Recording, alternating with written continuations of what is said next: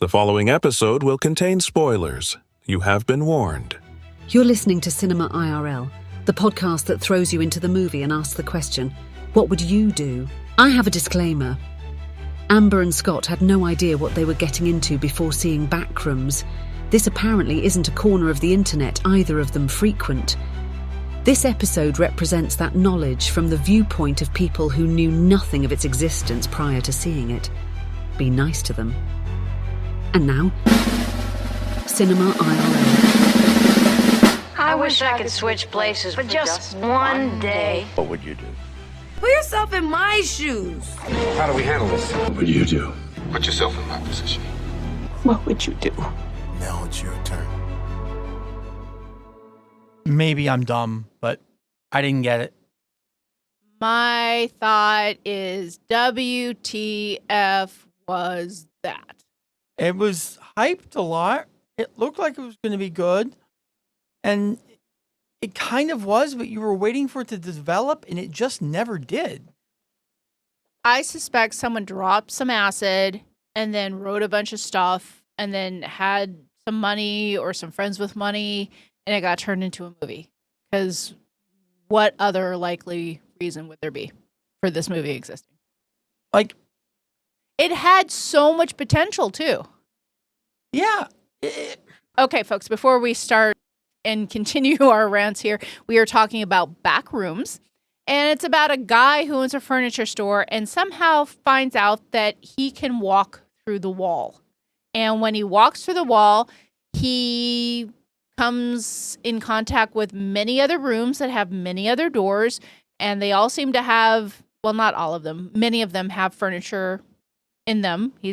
Has a furniture store. Like if they were whack art installations.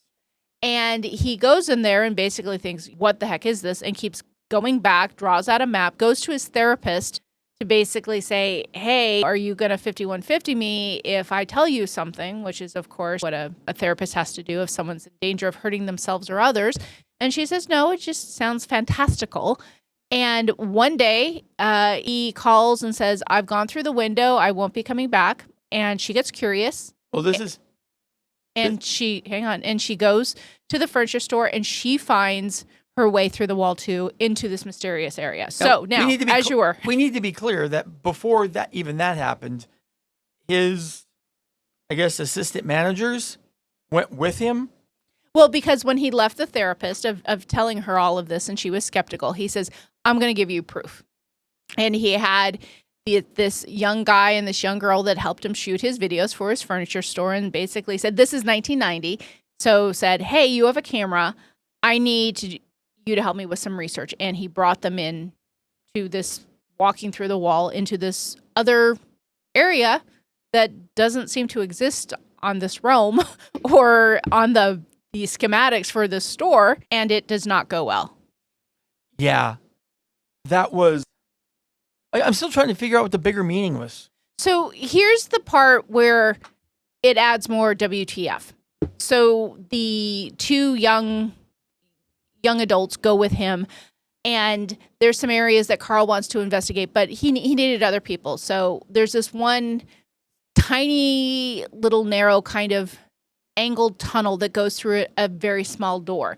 And so he brings some rope and ties it to a bed and tells the guy, like, we're going to lower you down and you have the camera, shoot what's down there. And he says, it smells bad. There's piles of clothes. One of the items of piles of clothes is a shirt that this guy was wearing the other day. So you're like, okay, well, what's that all about? And something gets the guy. And then later, we're not really sure what. We think it had 4 legs. Something gets Carl. But then Carl seems to be alive later, but everything is weird because there's people down there, but like he kills them and then he says, oh, but you can eat them, and then grabs into the guy's stomach that he just killed, and like there's mashed potatoes inside. Yeah, we thought Kat was gone, and then we start hearing her calling for Carl, like she can see him, but Carl can't see her. There's just a whole bunch of crap that happens here, and you never find out why. You never know the reason for this. And but somebody's researching it. Yeah, there is a man whose name is Phil, and he is on the research team, and apparently they videotape what happens in these rooms and through these doors, and they know it exists, and they know whatever this thing is keeps getting bigger, but they don't know why it exists. Well, I don't know why the movie exists. So I'm kind of like Phil the researcher. Yeah, because that's the thing. Like, I was like, is this just like some manifestation of his mind? No, I don't think it is. Yeah, I don't think it is. Because like 4 different people that we saw went through that wall, and it did not end well for any of them. So let's get into some what would you do's, because even though this movie was basically a waste of my time and effort, there were some what would you do's in here. So what would you do if you were Carl? And this initially starts with lights flickering in his store and him not being able to explain it, and an electrician not being able to explain it. And as he's once again one night trying to figure out the situation with the lights, he discovers that he can put his hand through this one wall. So before we go any further, what would you do if you discovered that you were tapping what you thought was a solid object and your hand started to go through the wall? I would be really, really freaked out. I would be terrified because you don't know what's on the other side of that. I mean, it also depends on how well I know where I am. Like, is there a chance that this could be something where it's an optical illusion? I'm not used to it, but if it's a space that I know well. But how often do we go tapping on our walls? We just No, assume our walls are solid. I might start. No, this was. Yeah, sure. Curiosity is going to have me peek into the next room. I'm probably never putting my entire body in. I'm like leaving a foot anchored. Okay, so you're sticking your head through the wall. Once you realize your hand could go through, you're pulling it back out and you're sticking your head on the wall. And see if you can see I'm in. probably taking a step in just with my foot anchored, so I can be all the way in and look all the way around. It could literally be hell and fire and death and everything on the other side. Or it could be Nirvana. You just don't know. How would you? Well, no, for one, you went through an accident.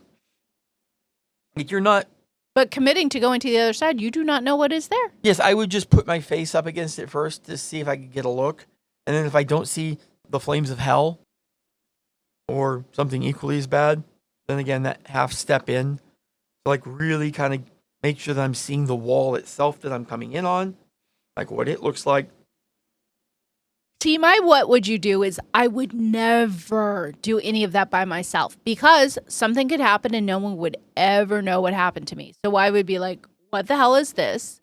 I would go get a minimum of one other person, preferably a group of people, and say, hey, this is what happened. Number one, we all need to be here and make sure that what I see happening, you see happening.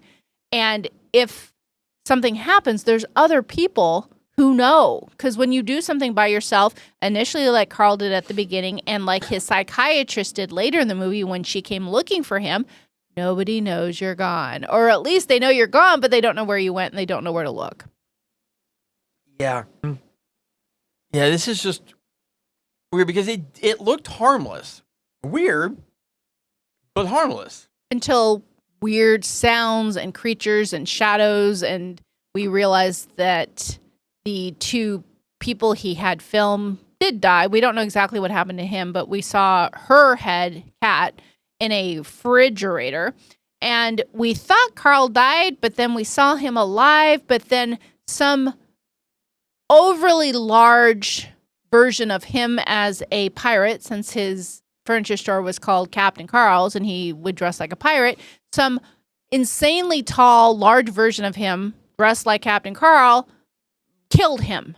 So again, WTF. Is this some weird like metaphor for suicide, or I'm not getting it? And this is after he did find his therapist in these rooms, these back rooms, and tied her up, cut off the scalp of some woman who had a fan's worth of noses across her face. Presumably that was his ex-girlfriend, wife, ex-something, the person who kicked him out of his own home. Yeah, and cut her scalp off, put it on his therapist.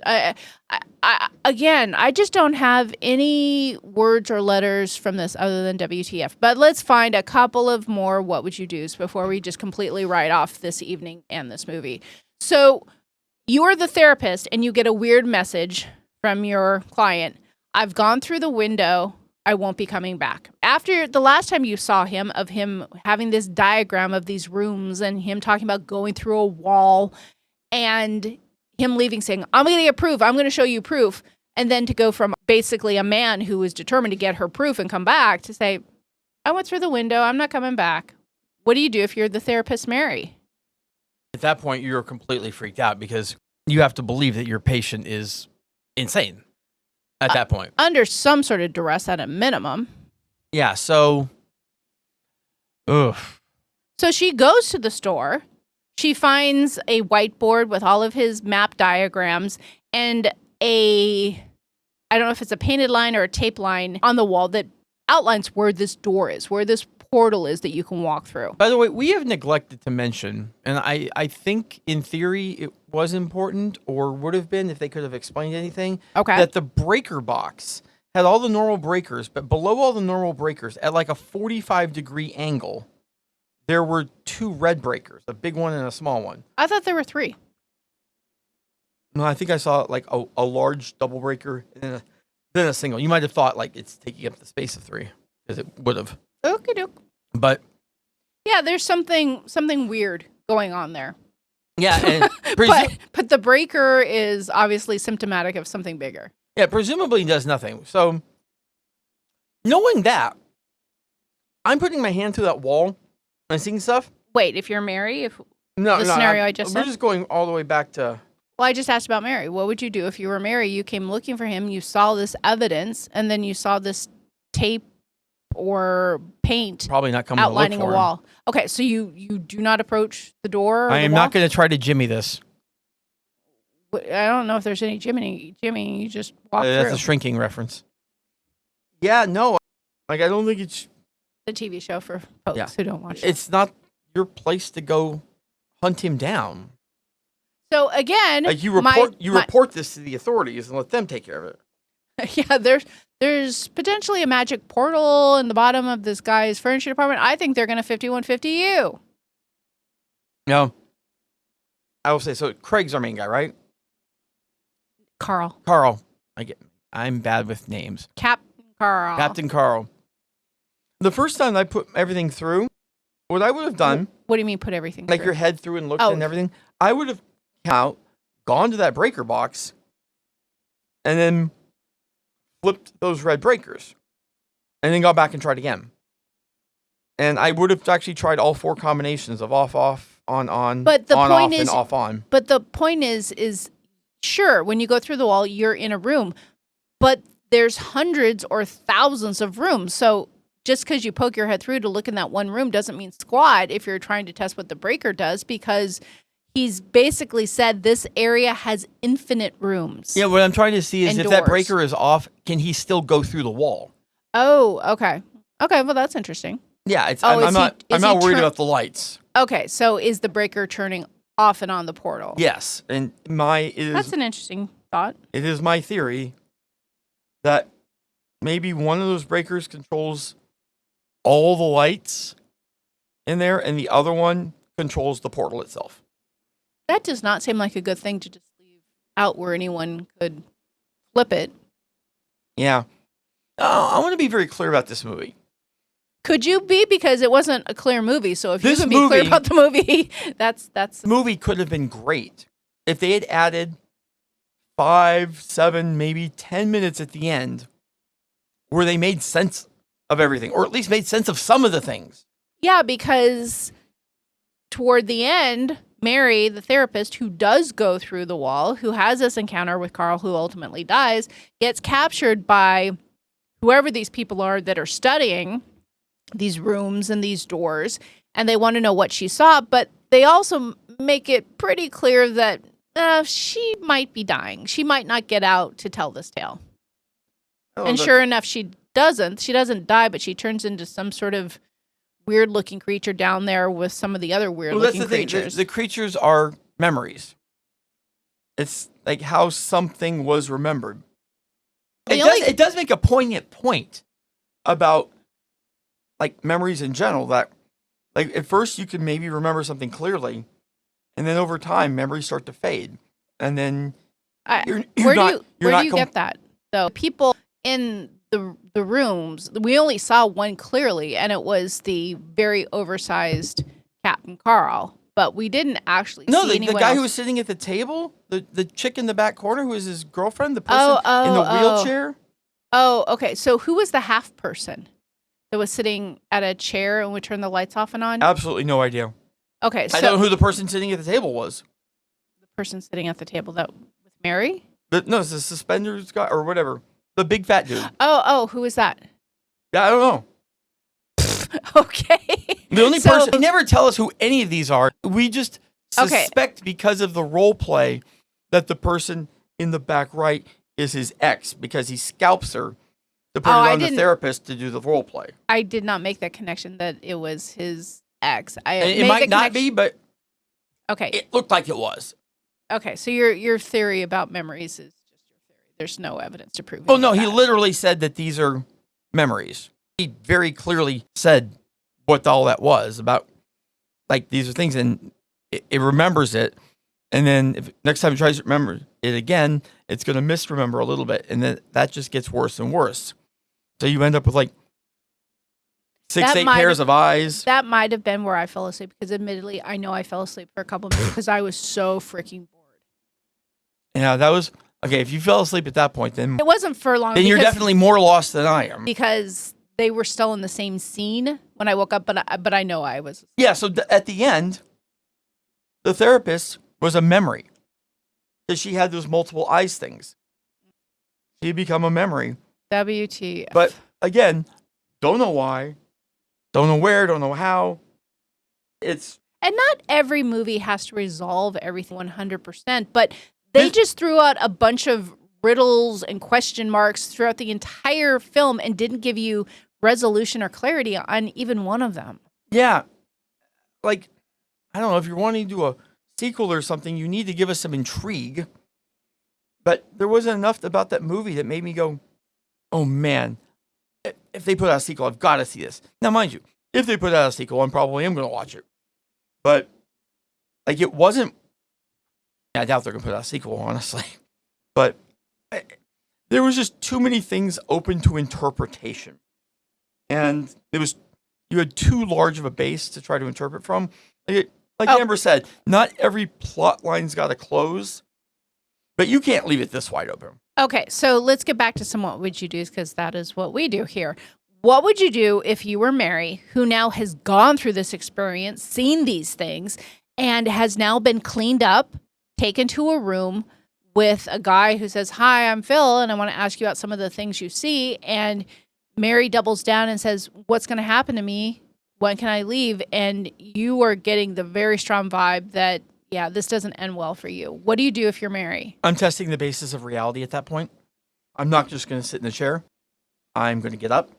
I'm going to try to walk out the door and be like, hey, Phil, I just need to see something real fast. I'll be right back. I need to know that this door will open and that on the other side there are people. Like, I need to know because I have questioned my reality for quite some time now.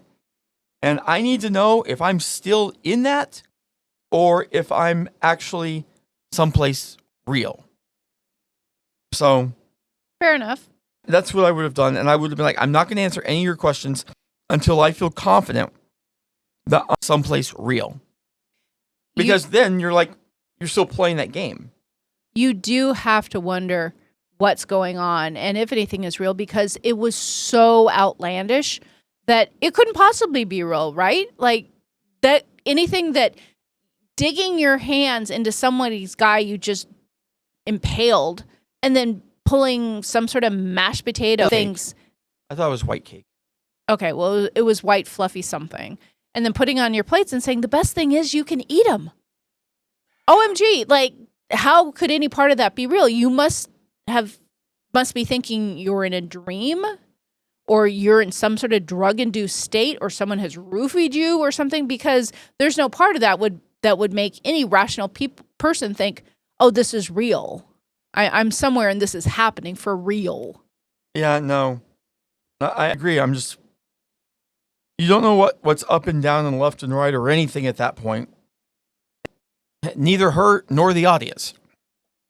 So, And that's the problem with the what would you do's on this one. The biggest what would you do is if you found a portal, would you go through it? Well, there was a lot of decisions all the characters made along the way. Do you keep going further into these rooms? It's one of those things like when you're pushing something, there's a good chance something's dangerous, but you keep pushing out a little bit more because it hasn't gotten you yet. And you're like, well, if I push a little bit more, I could get in trouble, but I haven't, so I can push. And then eventually it gets you. So my what would you do is if I did go in here into this other side of the wall, I would bring paint and I would mark all the places I had been so I could find my way back out, because it gets so deep and cavernous, and especially if something starts chasing you and you start running through different rooms and different doors, and sometimes the doors are on the ceiling or the floor. Sometimes they go to different rooms and places. So I would absolutely start charting a way to get back to that wall and to get back home. I also would have kept a rope or a knife on me to cut a rope if I needed to quickly, in case something weird happened. I was kind of surprised they didn't have something.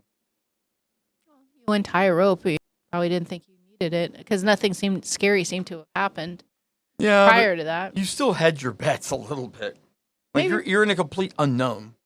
I don't know if packing weapons would be my go-to.